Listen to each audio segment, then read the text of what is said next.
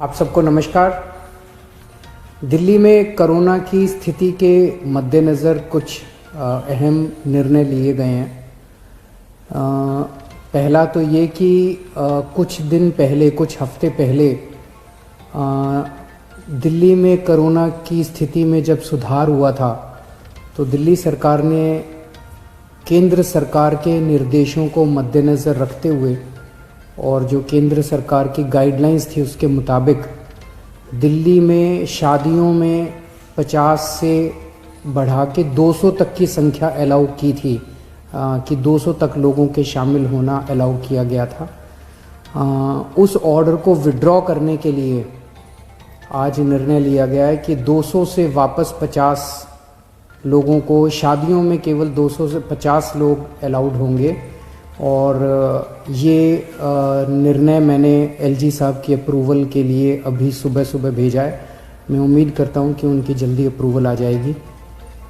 दूसरा, हमने देखा कि कुछ बाज़ारों में दिवाली के समय काफ़ी ज़्यादा ना तो लोग मास्क पहन रहे थे, ना सोशल डिस्टेंसिंग कर रहे थे, जिसकी वजह से कोरोना बहुत ज़्यादा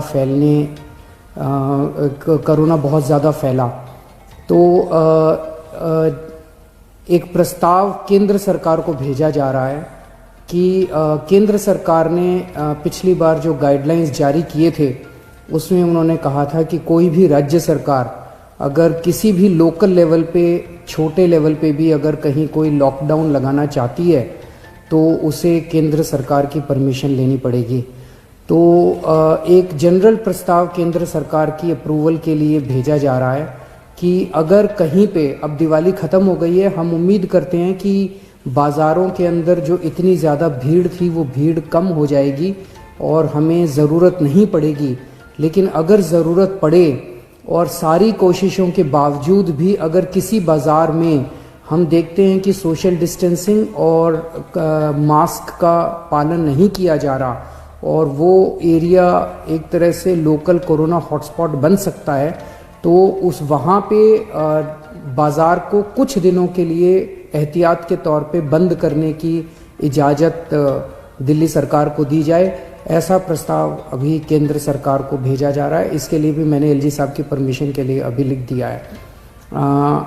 हम सब लोग, आप देख रहे हैं कि किस तरह से सारी सरकारें मिलके कोरोना की स्थिति को काबू करने की कोशिश कर रही हैं। केंद्र सरकार का मैं ख़ास तौर से शुक्रिया अदा करता हूं कि इस कठिन परिस्थिति में केंद्र सरकार ने दिल्ली वालों की मदद की है।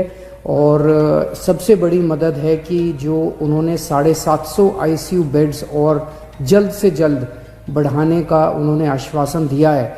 इससे सबसे ज़्यादा हमें लाभ होगा, क्योंकि इस वक्त बाकी सारी, मैं एसेस कर रहा था, बाकी सारी बेड्स अभी हैं, सफिशेंट हैं। कुछ अस्पतालों में, जो सबसे बड़े बड़े प्राइवेट अस्पताल हैं, उन अस्पतालों को छोड़ दे तो अन्य कई सारे सरकारी अस्पतालों में भी हैं और कई सारे प्राइवेट अस्पतालों में भी बेड्स की स्थिति ठीक ठाक है। लेकिन आईसीयू बेड्स कम होते जा रहे थे, आईसीयू बेड्स की संख्या लगातार कम होती जा रही थी। और मैं इसके लिए केंद्र सरकार ने आगे बढ़ के मैंने एक हफ्ते पहले चिट्ठी भी लिखी थी केंद्र सरकार को कि हमें तुरंत आईसीयू बेड्स चाहिए, और केंद्र सरकार ने इसको सकारात्मक तौर पे हमारे को वो किया। इसके लिए मैं पर्टिकुलरली शुक्रिया अदा करता हूँ।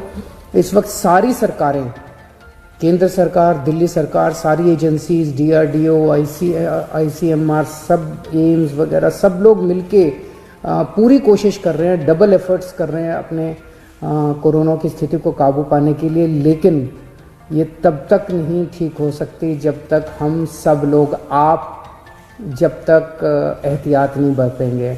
मेरी आपसे हाथ जोड़ के विनती है कि आप ये कोई किसी और के लिए नहीं मांग रहे, आप ही के लिए, आप ही के स्वास्थ्य के लिए, आपकी ज़िंदगी के लिए, आपके परिवार के लिए आपसे अपील कर रहे हैं कि मास्क ज़रूर ज़रूर ज़रूर पहनिए, सोशल डिस्टेंसिंग का पालन ज़रूर कीजिए। कई लोगों को लगता है मुझे तो नहीं होगा, पड़ोसी को हुआ मुझे नहीं होगा। ये किसी को नहीं देखता कोरोना, ना गरीब को देखता, ना अमीर को देखता, ना इसको देखता, ना उसको देखता।